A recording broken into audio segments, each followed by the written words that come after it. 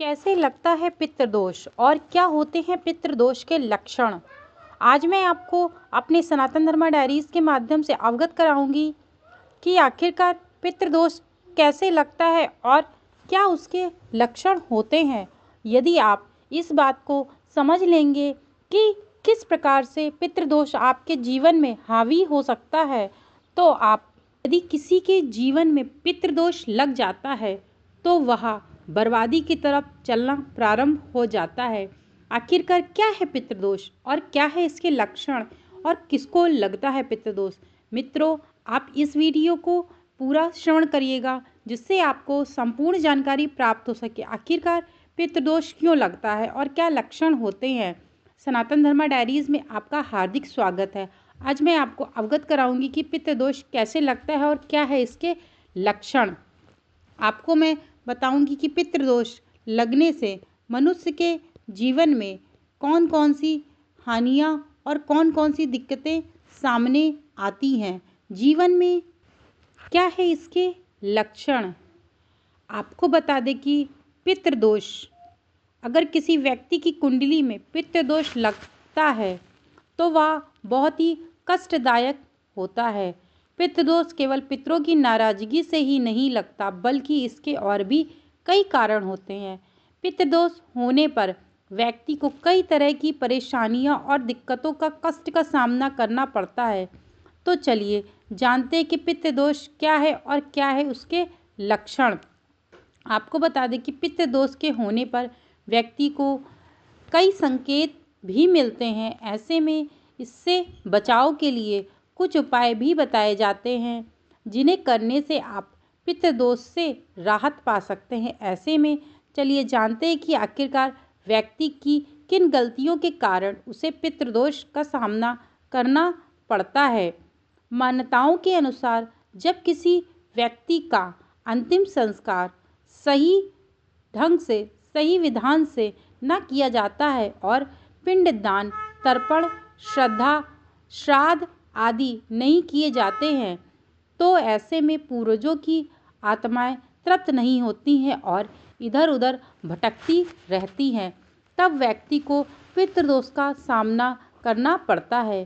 पितृदोष इसलिए भी कष्टदायी है क्योंकि इसका असर कई पीढ़ियों तक रहता है। कहा जाता है कि पितृदोष का असर 7 पीढ़ियों तक रहता है। ऐसे में व्यक्ति बहुत सारे ऐसे कष्ट उसके जीवन में आते हैं जैसे कि आर्थिक तंगी का सामना करना और लोगों की नज़रों में गिरना, मान सम्मान खोना। ऐसे बहुत सारी चीज़ें हैं जो व्यक्ति को राजा से रंक बना देती हैं। ऐसे में व्यक्ति को कभी कभी अपने नहीं बल्कि अपने पूर्वजों के कर्मों के कारण भी पितृदोष झेलना पड़ सकता है। इसके अलावा पीपल, नीम या बरगद जैसे पेड़ को काटने, जलाने, अनजाने में सांप की हत्या करने आदि से भी व्यक्ति को पितृदोष लगता है और पितृदोष का सामना करना पड़ता है।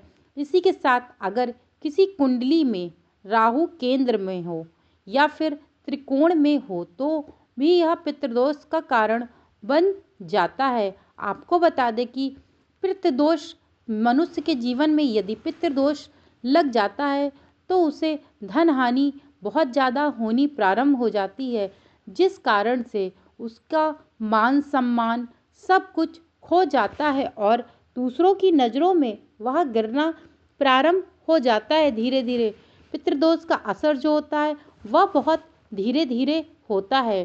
पितृदोष के लक्षण क्या है और कैसे आप पता चलेगा आपको कि आपको भी पितृदोष लग चुका है। पितृदोष होने पर घर में अक्सर लड़ाई झगड़े बढ़ने लगते हैं, यानी कि भाई भाई का नहीं होता है, पति पत्नी में कलेश होने लगता है, बाप माँ में और माता पिता से भी लड़ाई झगड़े होने लगते हैं। यहाँ तक कि संतान प्राप्ति में भी आपको दिक्कतों का सामना करना पड़ता है। घर में हमेशा कोई ना कोई बीमार बना रहता है। कारोबार में लगातार गिरावट, घर में पीपल का उगना या फिर तुलसी का अचानक से सूख जाना आदि, यह सब पितृदोष के संकेत होते हैं। यानी कि यह सब पितृदोष के संकेत हैं। इसके अलावा विवाह में देरी होना, कोई दुर्घटना होना आदि भी पितृदोष की ओर इशारा करता है।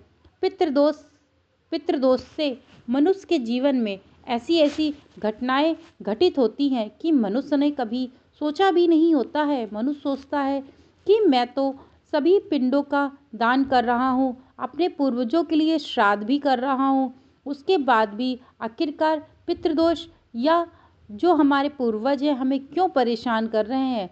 वह यही कारण है कि एक पीढ़ी तक पितृदोष का असर नहीं रहता है, बल्कि 7 पीढ़ियों तक रहता है पितृदोष का असर। कैसे बचाए पितृदोष से अपने आप को?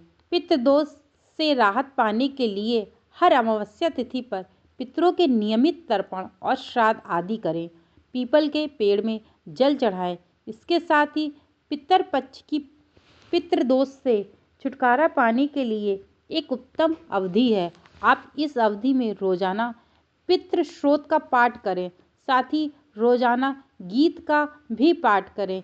यानी कि आपको पितृदोष का पाठ करना चाहिए श्राद्ध के महीने में, क्योंकि 15 दिन के श्राद्ध पड़ते हैं। यदि आप इस 15 दिनों तक बराबर पितृ श्रोत का पाठ करेंगे तो आपके जीवन से धीरे धीरे पितृदोष के जो लक्षण हैं वह समाप्त हो जाएंगे और आपके पितृ प्रसन्न हो जाएंगे। इसी के साथ पितरों के नाम का भोजन जल भी निकालें। जल में काले तिल मिलाकर के दक्षिण दिशा में अर्घ्य दें। साथ ही शिव जी की पूजा अर्चना करें और शिवलिंग पर काले तिल चढ़ाएं। इस सभी उपायों से आपको पितृदोष से राहत मिलेगी और आप देखेंगे कि आपके जीवन में जो पितृदोष है वह किस प्रकार से समाप्त होने लगा है। यदि कोई भी व्यक्ति अमावस्या के दिन, देखिए अमावस्या आती है महीने में, आप हर एक अमावस्या के दिन यदि आप अपने पितरों के नाम का दिया जलाते हैं दक्षिण दिशा में मुख करके और पीपल के वृक्ष में जल चढ़ाते हैं और पीपल के वृक्ष में यदि आप जल चढ़ाते हैं रोजाना, यदि आपके घर के आसपास कहीं भी पीपल का वृक्ष हो तो आपको उसमें जल जरूर अर्पित करना चाहिए जाकर के, क्योंकि पीपल के वृक्ष में आप रोज जब जल अर्पित करेंगे तो आपके पितृ जरूर से जरूर प्रसन्न हो जाएंगे और पितृदोष से आपको राहत मिलेगी। साथ ही आपको पितृ श्रोत का पाठ अवश्य करना चाहिए, जिससे आपको शीघ्रता से राहत मिल सके और आपको पितृदोष से मुक्ति प्राप्त हो सके।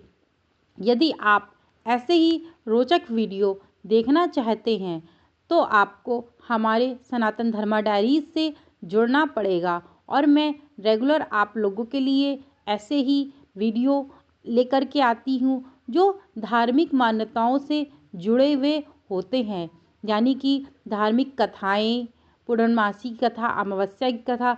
अब मैं आपको पितृ श्रोत का पाठ पूरा अपने सनातन धर्मा डायरीज के माध्यम से अवगत करा दूंगी शीघ्रता से। आप उस पाठ को, यदि कोई पढ़ा लिखा नहीं है और उस पाठ को नहीं पढ़ सकता है तो भी कम से कम श्रवण तो कर ही सकता है। यदि आप उस पाठ का श्रवण भी करेंगे तो भी आप देखेंगे कि आपको पितृदोष से राहत मिलना प्रारंभ हो जाएगी। और आप ऐसे ही वीडियो देखने के लिए चैनल को सब्सक्राइब करिए। यदि आप नए जुड़े हैं तो चैनल को सब्सक्राइब करिए, लाइक करिए, कमेंट में हर हर महादेव लिखना मत भूलिएगा। Thank you so much video को वॉच करने के लिए।